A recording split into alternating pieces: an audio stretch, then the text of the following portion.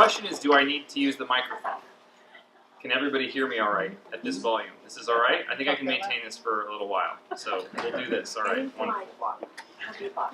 Yeah, I've got some water here. I've done this before a couple of times.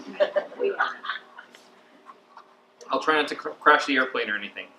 All right. So yeah, part of that introduction that I'm very thankful my family's here. All but one of my children who is sick.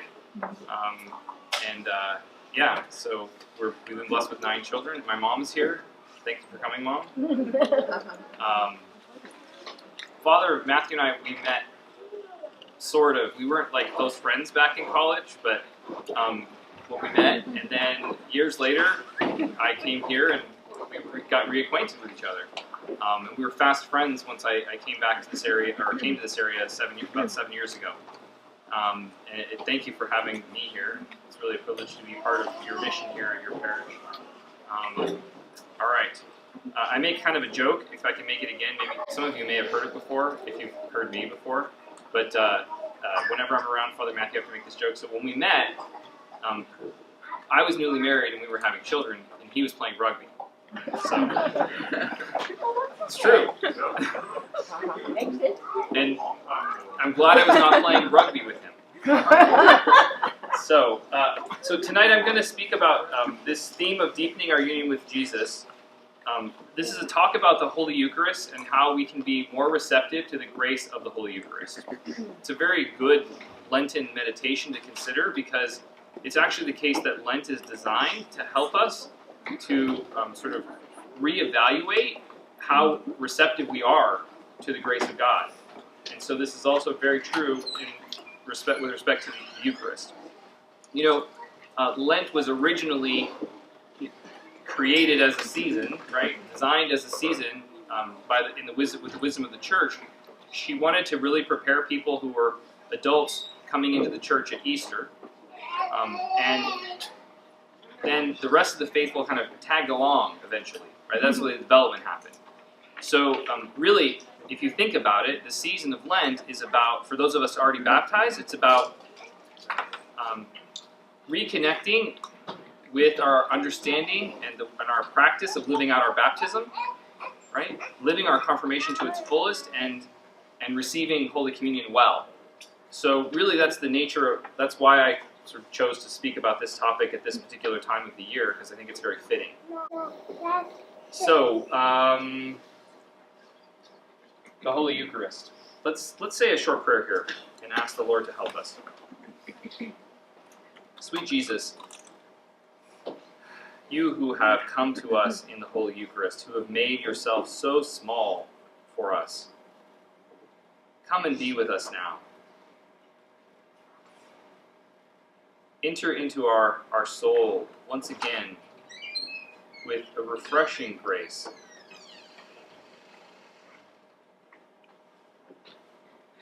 Make our hearts more open to receive you at our next Holy Communion. Help us now as we consider the power of the Eucharist and the power of your grace.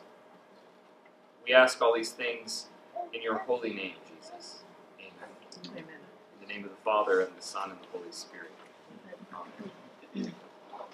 So, I had a handout that I completely forgot about to have photocopy for you, and I apologize for that. Like, I had a meeting that I was running from that I didn't have on my schedule before I came here to get here to help Zach with a meeting before Stations of the Cross, and I've just been running since like 11 o'clock this morning.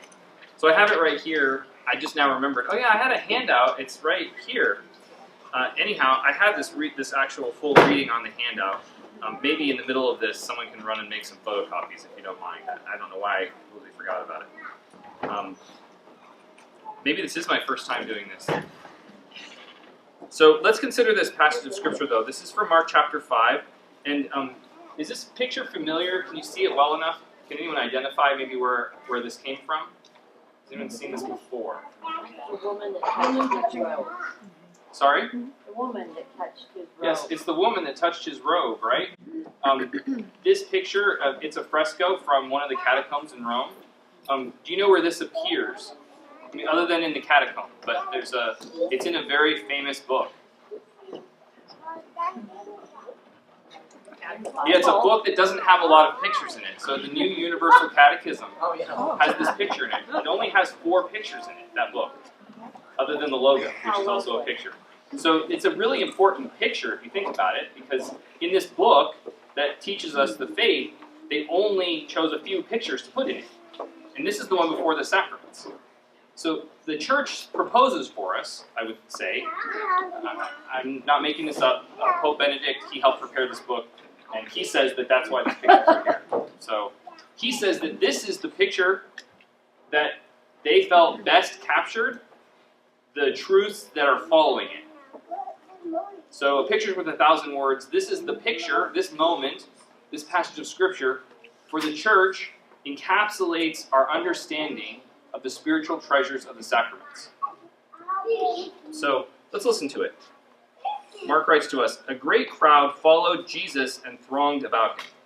There was a woman who had a flow of blood for 12 years, and who had suffered much under many physicians, and had spent all that she had, and was no better, but rather grew worse. She had heard the reports about Jesus, and came up behind him in the crowd, and touched his garment. For she said, 'If I touch even his garments, I shall be made well.'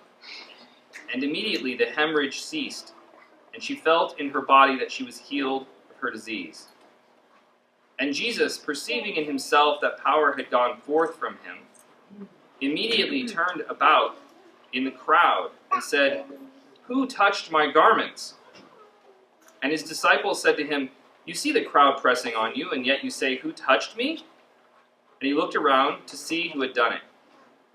But the woman, knowing what had been done to her, came in fear and trembling, and fell down before him, and told him the whole truth. And he said to her, 'Daughter, your faith has made you well.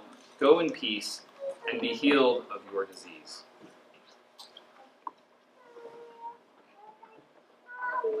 So this passage is the heart of this mystery of the sacraments. What happens in it? This woman kind of sneaks up on Jesus, right? Now, did he know who touched him? Of course. He knows who touched him, but he's humbling himself here, right? And there's this great crowd. I mean, notice the voice of the apostles. They're like, "What do you mean, who touched you? Everybody's touching you." Because that's kind of what was happening. There were so many people in this crowd that really everybody can touch Jesus. So what's different about this woman and what happened to her? Her faith. It's her faith. Her faith is so profound that she comes for healing. She's open to the grace and she's seeking it. She's coming after him, so to speak. Right? So this is actually a window into understanding this great mystery. We wonder sometimes, perhaps, and maybe you've had this, maybe you haven't had this experience, but I bet you probably have had this experience at one point or another in your life. I'm really struggling with this particular weakness, this particular fault, this particular sin. It doesn't seem to be getting that much better. I'm going to the sacraments. What's wrong? I'm not asking for anyone to raise their hands. I've had that experience or not, but I'm pretty sure it's a relatively universal reality for Catholics, for Christians. This experience of there's something more and I know it and I don't have it yet. I'm missing something. What am I missing? Some of us make the mistake in that situation of feeling like I have to try harder. Sometimes there is a need for us to exert ourselves, to put more effort in, to have more prayer time, which is effort. It takes effort. So there is an element of effort, but simply gritting our teeth doesn't actually make us more receptive to grace, unfortunately. Right? So here then we come upon this mystery, the thing that's different about this woman. Don't lots of people crowd around Jesus? Don't lots of people want to be around him? Some of the people that want to be around Jesus and are around him are there to argue with him. You notice that? Every once in a while there's an argument in the Gospels. some of the people that are around him have mixed motives. One of his disciples even has very mixed motives. He's expecting Jesus to suddenly do something very different, and he doesn't. And it's very disappointing for Judas. Right? Judas is with Jesus all the time. What happened?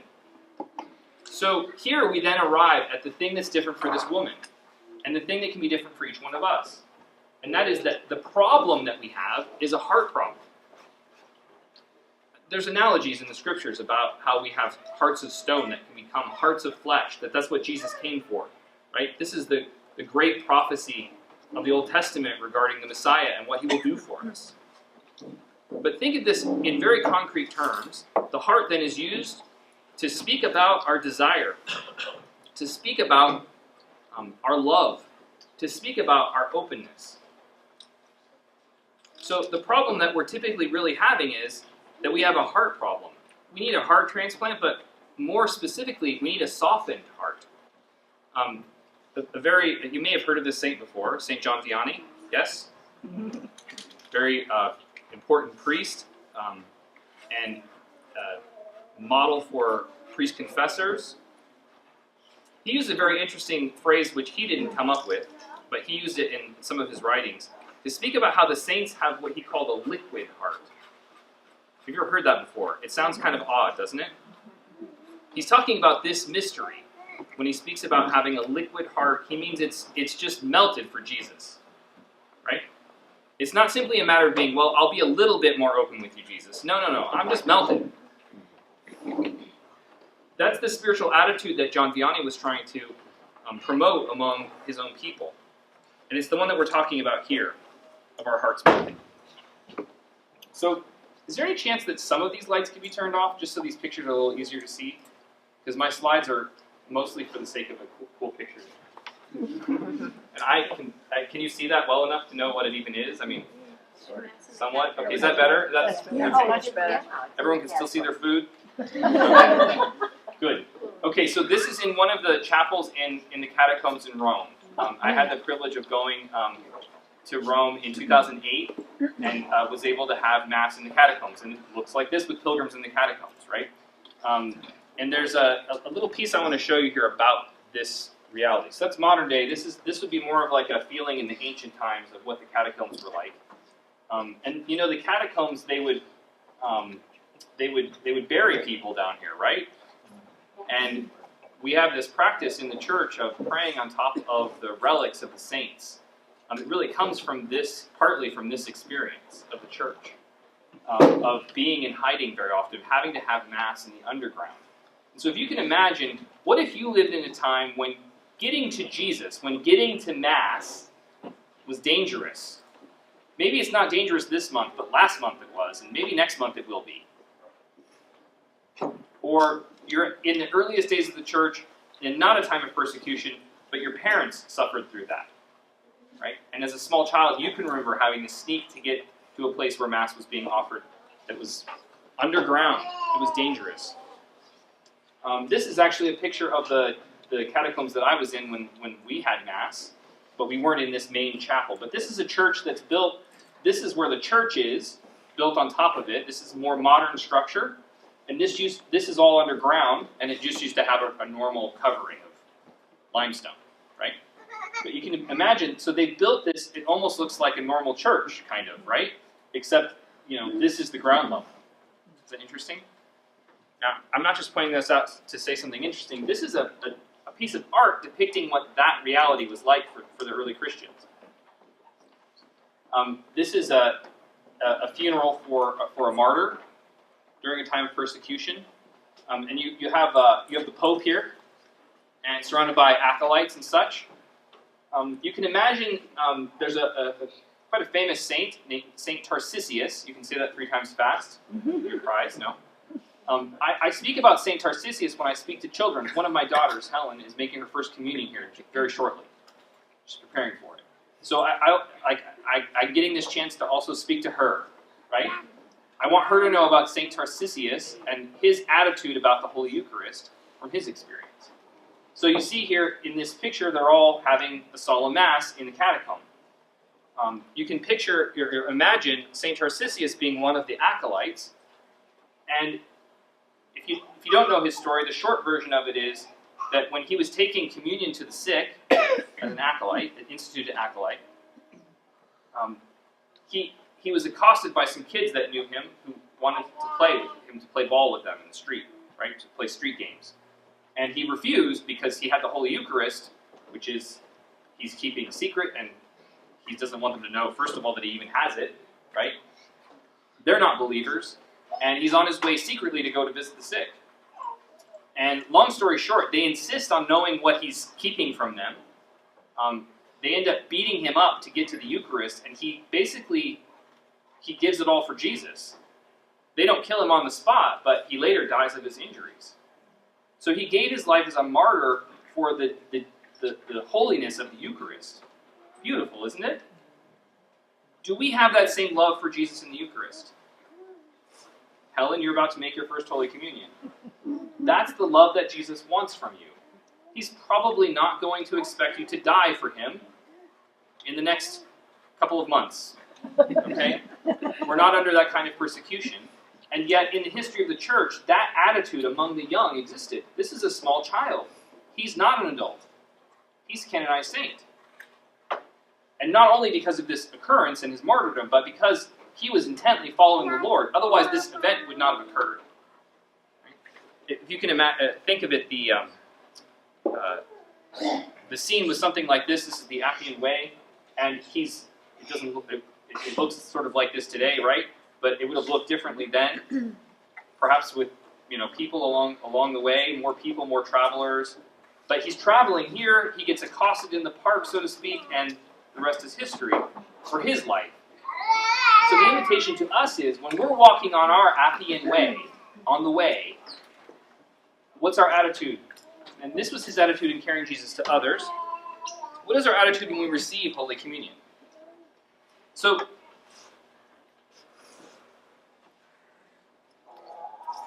think of it like this.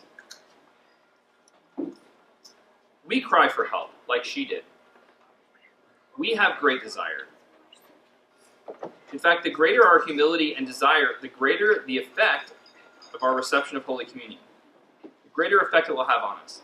There's a simple term for this. It's called receptivity. Have you heard this before? I'm sure the religious have, right? In fact, I think I even heard you speak about this at the chancery. Right? Receptivity. Receptivity is simply our openness to the Lord, our openness to the grace. Do you realize it only takes one Holy Communion to make a saint? You know about people, receiving the sacraments of initiation on their deathbed, right? This happens. I've been at the bedside of people who died but hours after they were baptized, and they received Holy Communion only once. And that's sufficient. Now, we have many more opportunities than just once, typically in our lifetime, to receive Holy Communion. The reason we have many opportunities is exactly for this, so that we can become more and more receptive, and be more and more changed, be more and more healed. Otherwise, once is enough, right? It's not that, let's say you receive 100 Holy Communions in your lifetime. You're probably going to receive many more than that. If you only received 100 Holy Communions in your lifetime, each time you received, you didn't just receive 1/100th of Jesus, right? That's not the math of the Holy Eucharist or the sacraments. You received all of Jesus each and every time. And the grace is sufficient to change you completely. Now, we shouldn't be discouraged by the fact that we still struggle, that we're not perfected by simply one Holy Communion. That should not discourage us at all. Actually, we should be consoled by the fact that Jesus is more than willing to come to us many, many, many times. But in our gratefulness for that, we shouldn't take it for granted and think, it's just another Holy Communion. Because every single one of them has more than enough power to make us a saint. That's the importance of this topic that I'm speaking about here. Every time we have this opportunity to be as receptive as we can be at that particular time. So we know, of course, that the Church proposes to us then receptivity as a norm for receiving Holy Communion, in the sense that we have to be well prepared to receive Holy Communion, right? You've heard this phrase before. This is the standard phrase we use when we teach someone how to prepare to receive Holy Communion.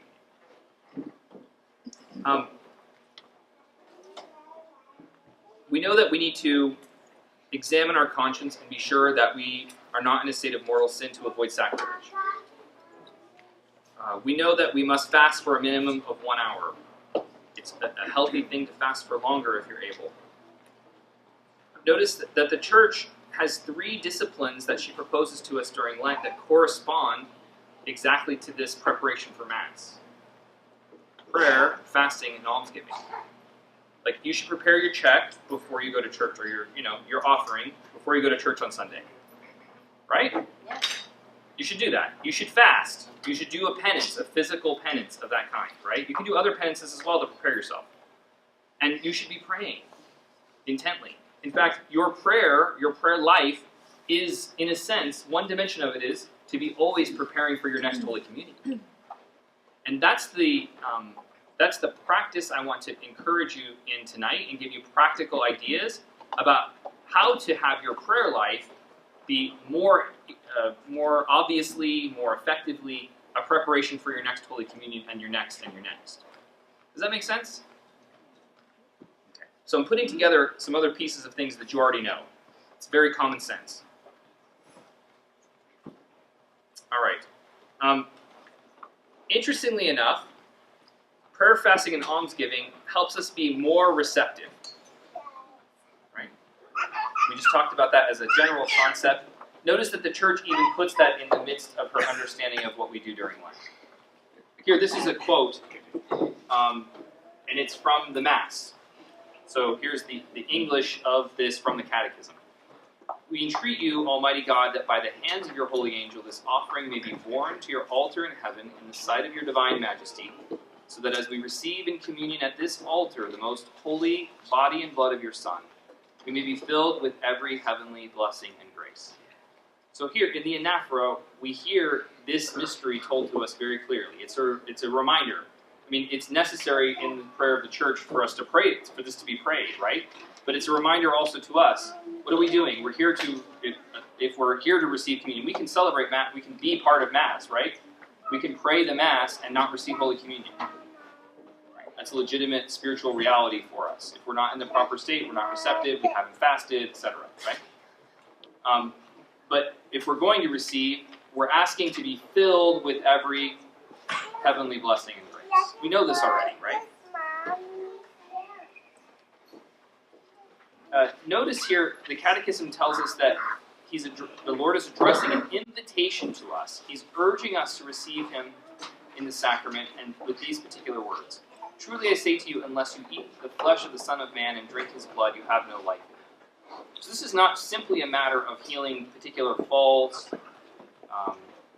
bad habits, etc., right? This is not only about that. It's the whole package. It's our salvation. It's the very lifeblood in us.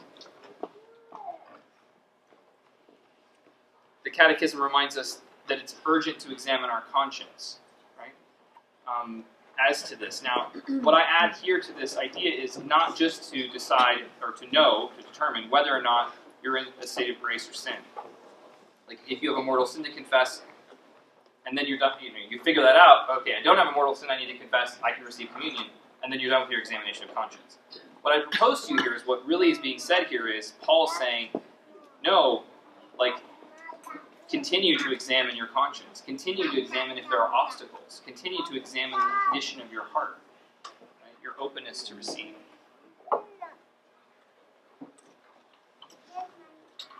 This is the call of the very beginning of Mark's Gospel. This is John the Baptist quoting Isaiah. Behold, I send thy messenger before thy face, who shall prepare thy way. The voice of one crying in the wilderness, prepare the way of the Lord, make his paths straight. That's the theology of preparing well for Mass.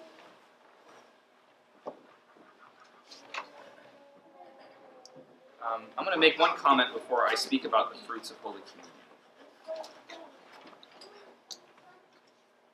Something that's really important in our life is to consider this truth that our own personal prayer life is where this happens. So prayer and our moral life are inseparable. They can't be disconnected from one another. And yet, if our prayer life is very weak, it's very difficult for us to progress in the moral life, and it's also very difficult for us to be really open to the sacrament. Have you ever noticed that a lot of people go to Mass for many years and don't seem to change very much? I mean, it's not y'all, because you're here for stations on a Friday and you're in the basement for a soup supper and a talk, right? It's not you, but you notice it happens to people, right? And in some sense, we probably could even convict ourselves about this, right? Especially at different times in our life. We can sometimes get a little bit lazy even. Let's just being honest with ourselves. I mean, I work for the bishop, but I'm not afraid to say that. And those candles are all lit. It's sort of expected, right, that the largest candle would give off the most light. Right? It's going to have the largest wick, it's going to give off the most light, and it's also going to be able to give off that light for a longer period of time because it's a bigger candle. You might notice this as a difference in Paschal candles. Some are very small, some are very large, right? Try carrying around one of those 3-foot tall ones that's like this thick, right? And they're very, very heavy. It's almost like carrying around a somewhat not that small person, right? I've had the privilege of assisting as an MC at Easter Vigil before with a candle that's just too dang big, and I had to help the deacon out, right? Because the deacon couldn't move the thing because it's so heavy. So that's a big candle, right? You can imagine that probably pretty easily. So that's the purpose then in part of our prayer, of our regular daily prayer life. Lord, increase my capacity to give off your light. You can almost make that a regular prayer. Mother Teresa used to say about this mystery, prayer enlarges the heart. It's that simple. It's not very complicated theology, right? It makes us love more, have greater desire for union with Jesus. Jesus does this work. He's the one giving the grace. We can't make it happen. We can't pull ourselves up by our own bootstraps, but we can make ourselves more receptive. It's very much like Mary. Her fiat, be it done to me according to your word. She was the first one to receive Jesus in the flesh. Make her prayer yours. Just good spiritual advice. So, before I give a couple of these practical pieces here, I'm going to incredibly briefly go through the fruits of Holy Communion. So, have you heard of this term before? Probably you have. So, I'm going to be very brief. If you've never heard of it before, I apologize for how brief I'll be. The fruits of Holy Communion, this is in a section of the Catechism that comes after the Catechism has essentially explained the Mass. And then the Catechism then, in very specific ways, says, this is how the grace affects you. This is what it does in very specific terms. So the principal fruit is intimate union with Jesus. Right? That's obvious enough. The Church has always used spousal language to talk about this intimacy and this union. Not to speak about the marital act being an analogy, but to speak about the fact that He is our spouse. He gives His flesh to us. A beautiful thing, insight, was shared with me and a whole group of people in an RCIA process. It was when I was helping with RCIA at Franciscan University of Steubenville. And this brand new Catholic, baby Catholic, it's our meeting right after the Easter Vigil. They're all supposed to give a little testimony about their experience of their baptism and so on. Just a little short little thing, right? And it was a philosophy student, very smart guy. And we're all expecting a long speech, right? He stands up in his chair, turns around to everybody in the class, and he says, "Can you believe it? You can have God in your mouth." And then he sat down. Whoa. I think he got it. Right? Do we have that wonder and amazement? Are we receptive in that way? Yes? I hope so, right?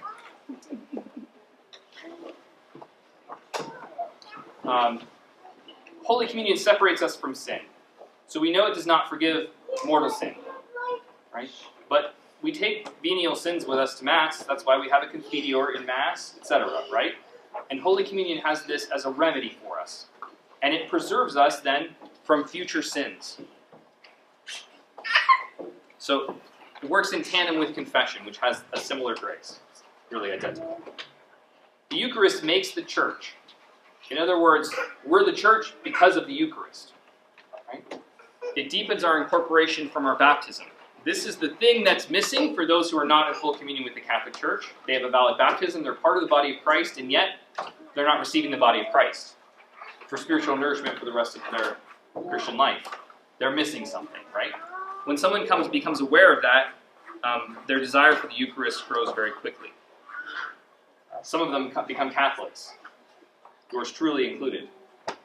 When you become aware of that, you think, gosh, I don't want to miss out on that anymore. It also commits us to the poor. You ever heard that before? So when we receive the Eucharist well, we're open to this grace to love the poor better, more wholeheartedly. Sometimes the poor is the 5-year-old or the 2-year-old in our own home. Sometimes that's the poor. You know, you clothe the naked and feed the hungry and all those, right? Like the corporal and spiritual works of mercy, they also happen in the home.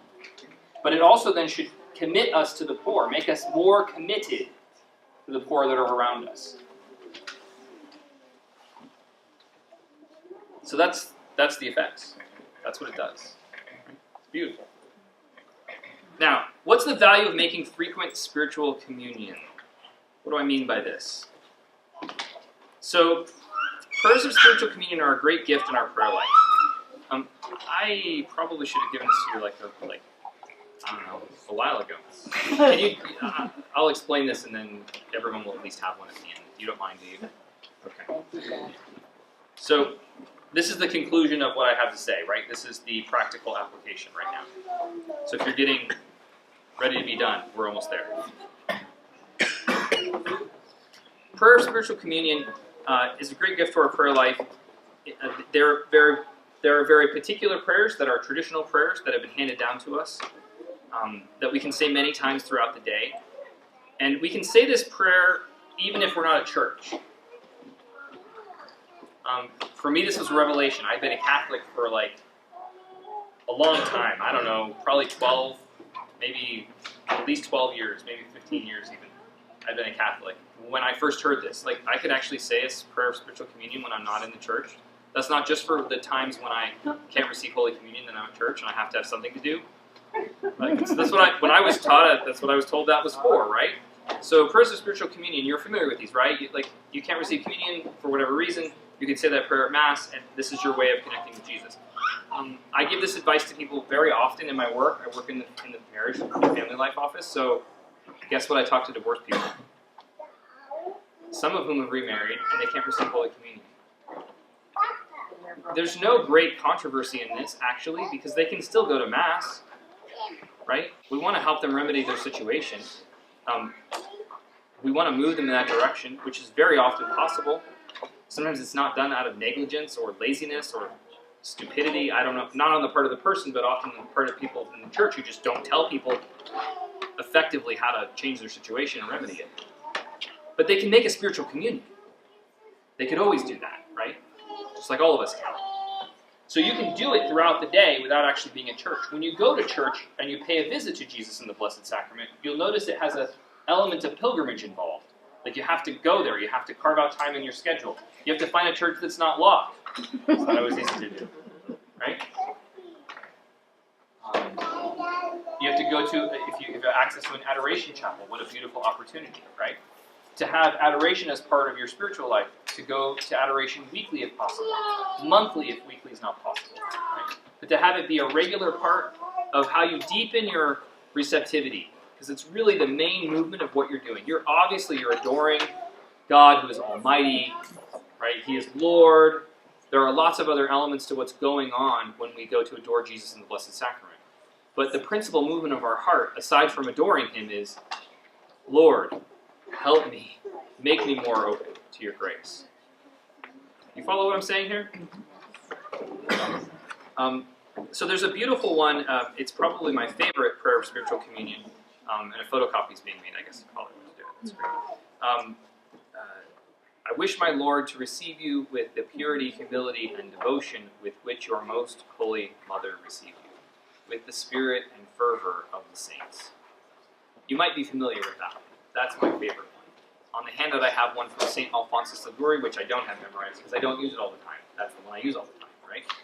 But there are other traditional ones aside from those two, and you can also have a prayer of your own that says something like that, and that would not in any way be illegitimate. Notice the phrase, purity, humility, and devotion. It's often quipped about that particular prayer. That's the only PhD you actually need to become a saint. Purity, humility, and devotion. Like, that's good enough, right? So really, that's at the heart of that prayer. And what that prayer is all about is about having that fervor of the saints, having that attitude of Mary, having that heart of Mary, and allowing the Lord to change us more and more. And memorizing one of those prayers and saying it regularly, making visits to the church, making that time and that space for the Lord to work on your heart is essential to progressing in the spiritual life. There's so much grace. Think about it. How much grace have you and I wasted in being mediocre in one or more of our Holy Communions in the way we received it? Again, I'm not accusing anyone of sacrilege or something, right? Don't exaggerate it. Don't be overly pious about this and overly convict yourself. But if you're convicted, allow yourself to be convicted. Right? Allow yourself to be convicted. Allow yourself to feel that pain. Isn't that what we just prayed upstairs when we made the Stations of the Cross? Oh Lord, how many times have I offended you? And we can just say those prayers in a kind of empty fashion, or we can allow them to convict our hearts. Some obstacles that we face in this pilgrimage. Sin is an obvious obstacle. But if we only consider sin, I think we leave ourselves a bit short. Weak willpower is one of the greatest obstacles that our church faces today. Most Catholics have not a lot of willpower. Right? It's a chronic problem in our time. Everything is instant satisfaction and gratification and so on, right? I mean, this is a machine made to break down our willpower. And if we don't watch ourselves in the way that we use technology, it's one more thing that can be used to make us weak. And I don't mean this as a offensive way to say this at all, but we need manly men. We need womanly women. We need strong women. We need strong men in this regard. We need people who can say no. Part of Lent is about helping train ourselves up. Take that spirit of penance through your whole year. It may not be to the degree that you practice during Lent, but don't give up on it. You need to constantly be allowing the Lord to increase the strength of your willpower. Attachments are also a great obstacle. What does your heart really love? One of the easiest ways, by way of analogy here, one of the easiest ways to find out who someone's God is, really, is to look at their schedule. Not to attack TV per se, but it's a very helpful analogy, okay? So if you like TV, I'm not getting down on TV per se, okay? But consider how many hours a day a person watches television. Consider how many hours or minutes a day a person prays, and then ask the question, who is their God? It's very easy for us to make idols out of a lot of things that are not in and of themselves necessarily very sinful. There's lots of stuff on TV that's very sinful. There's stuff on TV that's not very sinful. I don't think watching EWTN is actually a substitute for your interior life.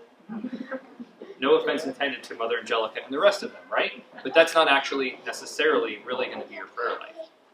Certainly you can pray along with various prayers on the television, but it's really not the same thing as sitting down intimately and spending intimate time with the Lord. And then here's my last sort of piece of advice about this question. Do you put him first in your day every day? I think this is part of the trick, right? Maybe you've heard of the, I'm not very good at this, you can ask my wife and my children, but if you make your bed at the beginning of the day, your day will be more orderly and go more easily. Like, yeah, you notice the difference on the days when you don't make the bed and when you do, right? Think of this, though, in terms of, have you made the bed of prayer for the day, so to speak? Have you ordered yourself in that way? Do you begin your day with even at least a short prayer to Jesus? And Do you spend some time in mental prayer or meditation early in the day? I would advise you that that's very helpful, because then it doesn't get forgotten later, it sets the tone for the day, and it sets you on this trajectory of, today I'm preparing my heart to receive Jesus in the Holy Eucharist, even if I don't get to go to Mass today. Do you see how that little small trick could make a big difference? Yeah?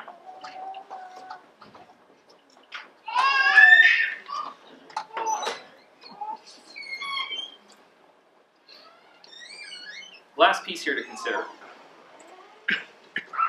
And the photocopy will come back and you'll have a copy of the prayers that I wanted to share with you in case you didn't have them already. I highly recommend, and I have them on the sheet as well, aspirations and some traditional prayers for a visit to the Blessed Sacrament, which are on that sheet. So you can just read about it. They're self-explanatory. So back to the Appian Way and the condition of our heart. Are we preparing to receive Jesus? Well, are we doing it not just in our prayer life and our time of prayer, but at other times throughout the day? St. Tarcisius did not end up on this road unprepared. And it's not just because he was an acolyte for the Pope, right, that he was prepared. He was well prepared because he had done exactly this. He had prepared himself well for Holy Communion. Because the martyrs prepared themselves for exactly the same thing that someone does when they prepare well for Holy Communion. They prepared themselves for intimacy with Jesus. And the martyrs knew that when they died, they would they weren't just a question of whether they die in vain or not. They knew that with conviction, if I should die, I'll be with my Lord. Holy Communion is this foretaste of the fruits of our martyrdom, of our life. St. Maximilian Kolbe, a great saint from the previous century, who died in Auschwitz, a martyr of love, John Paul II called him. Fittingly, we're talking about how we can love Jesus more, right? He's called the martyr of love. He died on behalf of a man that was condemned to death, took his place. St. Maximilian Kolbe would say to us about this reality, that our whole life is to be lived for exactly this. Right? Our whole life is a preparation for martyrdom. And he said, in his time, which was full of red martyrs, martyrs who died of blood, he said, there are many other martyrs in the world who are white martyrs, who will not suffer a death of blood, but will suffer losing everything else. Reputation, clout, an opportunity for power or wealth that they've given up because they followed Jesus. And so what John Paul II, quoting this reality of Maximilian Kolbe, would often talk about is how the world today needs lots of white martyrs. We have plenty of red martyrs also. If the morbidity of red martyrdom is intimidating to you, consider the possibility of white martyrdom and the fact that it is really the same spiritual reality of preparation for death, preparation for Holy Communion. They are the same thing. And that's not a morbid thought, that's a joyful thought, because heaven awaits us on the other end of that road. I'll be happy to take questions from you, but I'd like to close with this prayer, and then if you're ready to go home, you're welcome to do that, unless there's other announcements or whatever. Hopefully the photocopies will make it out. There you go. So, Father, actually, you just walked back in at exactly the right time. Would you mind leading us in this prayer of St. John Chrysostom that's here on the screen, and then give us your priestly blessing? Would you mind? Because I just finished. I thought you were No. still waiting for those handouts. No, this prayer is not on those handouts, but those will just be a resource for people as they go home. In the Father, and the Son, and the Holy Spirit, amen. The Son of God, bring me into communion today with your mystical suffering. I shall tell you in secret, or kiss you with Judas' kiss. Like the good thief I cry, Jesus, remember me when you come into the kingdom. Bless you, Almighty God, the Father, Son, and Holy Spirit, descend upon you and remain with you forever. Amen. Thank you. Happy New Year.